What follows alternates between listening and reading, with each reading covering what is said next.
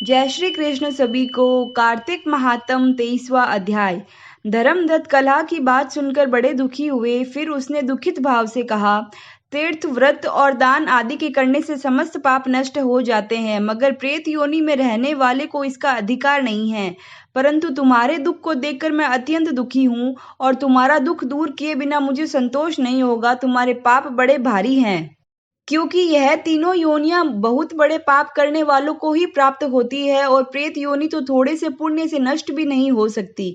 लेकिन मैं तुम्हें इस योनि से अवश्य ही छुड़वाऊंगा। इसीलिए मैंने जो कार्तिक का व्रत किया है उसका आधा पुण्य तुम्हें देता हूँ, क्योंकि यज्ञ दान तीर्थ यह सब निश्चय ही कार्तिक के व्रत के पुण्य के समान नहीं है। नारद जी ने कहा, हे राजन, इतना कहकर धर्मदत्त ने उसको ओम नमो भगवते वासुदेवाय यह मंत्र सुनाया और तुलसी का जल उसके ऊपर छिड़का।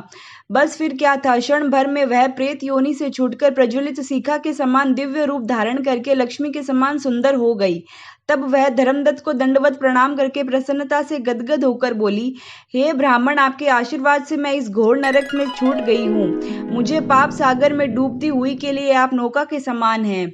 नारद जी ने कहा, हे राजन, अभी कला इस प्रकार कह ही रही थी कि वहां पर विष्णुगण एक देदीप्यमान विमान लेकर आए। विमान के द्वार पर अप्सराएं और गण बैठे हुए थे। धर्मदत्त ने उन सबको देखकर दंडवत प्रणाम किया। पुण्यशील और सुशील नामक भगवान विष्णु के गणों ने धर्मदत्त को अपने हाथों से ऊपर उठाकर उसका अभिनंदन करके उन्होंने कहा, हे द्विज श्रेष्ठ, आप धन्य हैं जो कि आप सदा भगवान विष्णु के व्रत कथा और सेवा में लगे रहते हैं।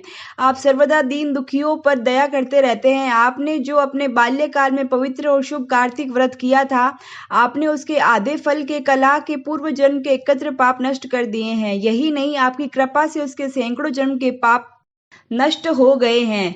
आपके जागरण आदि के करने से पुण्य प्रभाव से आकाश मंडल से यह विमान आया है।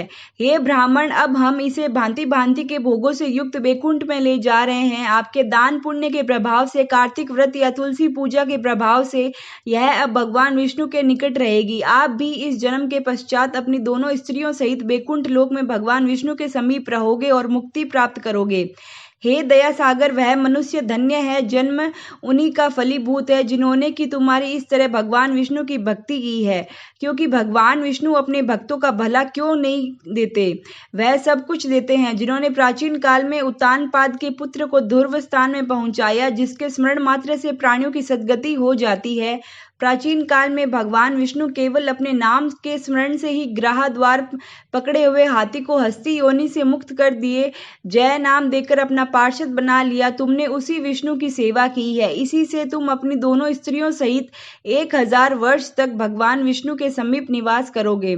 जब तुम्हारा पुण्य क्षीण हो जाएगा, तब तुम पृथ्वी पर सूर्य वंश में अपनी दोनों स्त्रियों के साथ दशरथ के नाम से प्रसिद्ध राजा होगे, तथा यह कला तुम्हारे आधे पुण्य की भागीदार होने के नाते तुम्हारी तीसरी भार्या होगी। भगवान विष्णु तुम्हारे पुत्र के रूप में ही तुम्हारे निकट रहेंगे और देवताओं का कार्य करेंगे। भगवान विष्णु को प्रसन्न करने वालों, तुम्हारे कार्तिक व्रत से अधिक महत्वपूर्ण यहाँ दान तीर्थ आदि और कोई भी नहीं है। हे दया सागर, तुम धन्य हो, क्योंकि तुमने जगत गुरु भगवान विष्णु को प्रसन्न करने के लिए कार्तिक का व्रत किया है, जिसके आधे पुण्य के फल की भागीदारी इस कला को इस समय अब हम अपने साथ विष्णु लोक में ले जा रहे हैं। 23वां अध्याय समाप्त। जय श्री कृष्ण।